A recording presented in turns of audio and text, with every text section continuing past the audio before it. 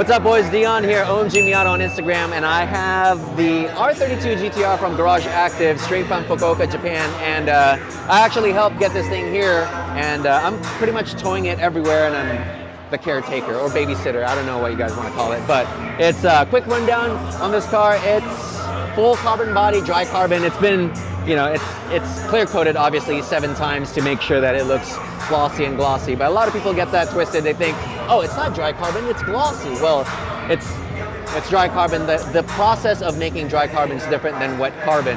And as far as the engine, it's RB26, it's got Hks stroker, a lot of Tomei headwork. It's about 1,300 horsepower. It's got a drag tune, so it's a little bit finicky to drive. It's got a twin clutch, dry carbon clutch, OS Gaiken or Geekin, however you want to say it, sequential, you know, 6-speed. So it's up and down, in and out. And then the interior, full carbon. It's got Recaro RMS carbon seats. The thing's been on a rotisserie, everything's stitch welded, nice and like tight, coated everything under.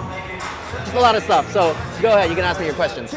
So first of all, starting from the beginning, what's the story? Why did you guys decide to bring it here? How did it end up here? The biggest thing I think that people are talking about is this thing got airmailed over to SEMA and now it's in San Jose. Right. Yeah. So about 2 years ago, I visited Active Japan or Garage Active in Fukuoka. So if you don't know Japan, here's Tokyo, you got Osaka right here, and then Fukuoka is down here. So it's essentially like the Tennessee of Japan. And I visited the shop. Sakamoto-san, the owner of the car, actually has like 40 GTRs, ranging from 33s, 32s, 34s, all rare shit, you know what I'm saying? Like crazy. He's got a few $1 million worth of GTRs after COVID. And I saw, this is car number 6, all right? And he has about, you know, like, he has a lot of money in this car, but this is car number 6. The other 5 are similar. They're also carbon. They're dry carbon, but one's red, it's candy red, one's blue, and then the others are black. But yeah, it was cool because I saw it in person. I'm like, bro, we gotta take this to SEMA. And it took him 2 years to actually agree to do it, and we actually did it. We took it to SEMA and we freaking blew the show out of the water. Like, this car was the star of the Toyo Treadfast booth, and yeah, I convinced him to take it, and now we're just gonna tour it everywhere, take it to shows and stuff like that. Show people how the Japanese, like OG Japanese, actually build cars from the ground up. So my biggest question, what on this car is not carbon? Okay, so what isn't carbon on this car is obviously like the interior panels right here. We're gonna actually produce this in dry carbon next. For now, we're just keeping it very like comfortable, right? So it's leather, it's nicely like put together. It's soft, so it's nice. But the next version of this will have carbon panels, carbon headliner, but the frame, to keep it a GTR, we had to keep the frame the way it is. So that's not carbon, and you know, obviously suspension components and stuff like that. But if you look inside here, we did do a lot of the floor pan and all that stuff. These are covers, so don't think that this is like, you know, the whole chassis is carbon. These are just covers. So it was 3D scanned, and then they produced the pieces to pretty much cover the, you know, existing metal. It's crazy to think about the whole car being carbon, right? Like, when people think carbon fiber, they think, oh, this must be overlaid on the existing metal or FRP or stuff like that. But dude, it's crazy. Like, if we could get into like how it was made. Like, every single panel of the car was removed and tossed in the trash. This car was a skeleton. It was stuck on a rotisserie, you know, for 6 months or so. And then every single panel was bonded carefully to make sure that everything lines up. You see this? Like, all the weave, all that stuff lines up perfectly. And that's the most, you know, that's the most painstaking part, is just putting this thing together. Yeah, you can buy the kit. This kit you can actually buy in pieces, okay? The retail price on this kit's about 40 grand or so. But think about this. If you buy a Liberty Walk body kit for a GTR, it's similar in pricing, but that's FRP and stuff. Yeah. Not knocking on Liberty Walk. I love Liberty Walk. I love Kato-san, but for the value, this is crazy. Like 40 grand for this. Where the money goes is the install, and there's no place you could take this to install the body panels that's approved other than at Active Japan, you know, in Fukuoka. So, yeah. Awesome. But you can order one if you want. They'll build you one. What are some notable things on this car besides the glaring fact that this is all carbon? What are some notable things that separate this from like a regular GTR? Oh man, a lot. I mean, yeah, there are a lot of high horsepower GTRs out there, but the way he built this is just insane. You know, like the HKS stroker, that's brand new. The big ass turbos, the size of my head. The wheels are actually pretty cool because this is a one-off. All right, so Garage Active actually creates and makes their own wheels. It might look like a TE. Funny enough, he's a master distributor for, you know, race wheels. So he made this version because obviously there's no 3-piece TEs, right? It's always a 1-piece. So he made this to fit his builds. So it's pretty cool. You can actually order these. I have a set of these on my Porsche, funny enough.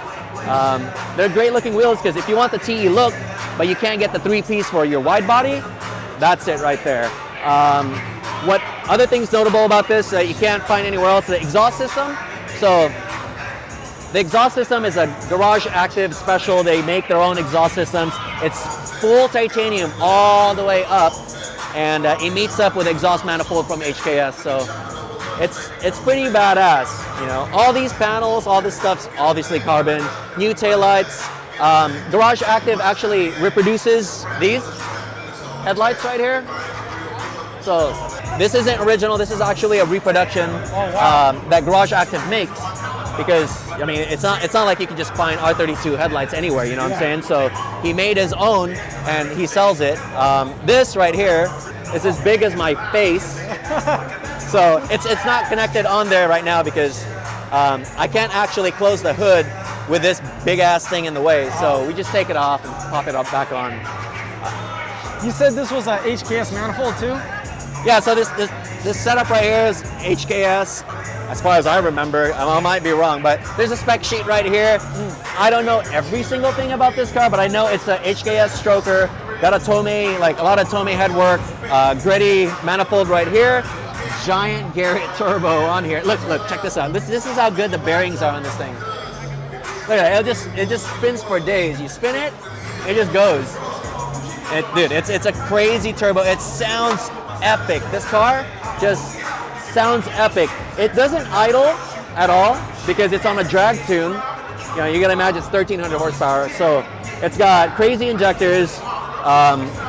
Once you let it die when it's cold, it won't start again for another day. Unless you take everything apart here and take out the spark plugs and stuff and redo it. Put new plugs in there. But what management is this on? Is it FCON? Oh, it is FCON, sorry. Yeah. Oh, okay. So the funny thing is when I say Motec, because he has drag cars in Japan, like Sakamoto-san is a professional drag racer. So in Japan, at least in that area, drag racing is very popular. So all these other cars, they have Motec and stuff, you know. So I'm like, oh, it must be Motec, but it's not. So I noticed something's missing, or at least I can't see it. Where's the wire harness for this thing? Yeah, so that's the cool part about this car.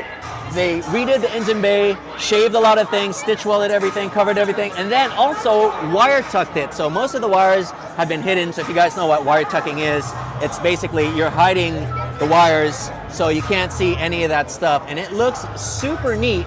The bad part with wire tucks, for me at least, from building my own cars, is when you need to take out and work on it, you gotta undo a lot of things, and because it's all hidden, right? That's right. That's the only bad part, but it looks amazing. Like, look at this. Everything on this car is brand new, literally. Like, it's a brand new car. I always think it's interesting, like more and more Japanese companies are getting US parts. Like before you'd see a lot of like HKS or Tomei turbos. Right. But I think they've more adopted, like US turbo technology has come a long way now. Oh yeah. Yeah. The cool thing is, back in the day when we were young, the Japanese were like the #1 in the tuning world, right? Yeah. But I feel like the playing field is now even. Yeah. Like we're pretty much even with the Japanese as far as the quality of builds, the products that we have. I mean, I see it all the time. Like they use a lot of American stuff. But the funny thing is, we use Japanese things because we think it's cool. Yeah. They use American stuff because, you know, they think it's cool. But then it's like it's a circle. We use their stuff, and then you know they see the stuff that it's like a big circle, right? Yeah, It's the funniest thing. But I feel like in the U.S. we're like the tastemakers in industry as well, you know, because now a lot of people are looking at the U.S. market and see what we can produce and the stuff that we use, you know, because we have a lot of cool stuff in the U.S. that I see at Tokyo Auto Salon. I go to Tokyo Auto Salon every year, and I see a lot of U.S. products being used in Japan. When is this going back home to Japan? It's going to be a year or so. Oh, okay, so this will be here for a while. Yeah. So one thing really cool about the Garage Active carbon pieces, if you look in the inside, it's really smooth, all right? So a lot of people with carbon fiber hoods, they probably notice that they have lumpy hoods unless you have a really high-end stuff. This is super smooth, and that's what makes the biggest difference between your typical carbon work and Garage Active's carbon. It's like exotic grade, you know? Exotic car grade. I was gonna mention you can tell it's good carbon when you can still mount the latches to it. Oh yeah. I'm sure we're all used to like the poor quality carbon where like you can't close the hood because it's so flimsy. Yeah. Oh dude, this thing is solid.